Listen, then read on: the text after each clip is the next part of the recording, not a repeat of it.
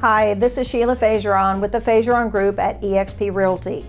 Today we're talking about landscaping and the importance of it. So when you're preparing your home for sale, one of the first things you're going to want to do is you're going to want to walk outside your home, across the street, and turn around and look to see how your home looks. What is the curb appeal?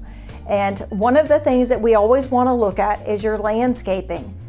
Some of the things that you can do is make sure that you trim back the bushes, cut down the weeds or pull out the weeds. We want to plant flowers to give it a little pop of color. White, purple, pink, those kinds of colors are always attractive. One of the other things that you can think of in your backyard is whether or not to put in a fire pit, whether or not to put in a koi pond. And basically what we're looking for is we're looking to prepare your property and make sure it's as attractive as possible to the buyers, especially when they're driving up for the curb appeal.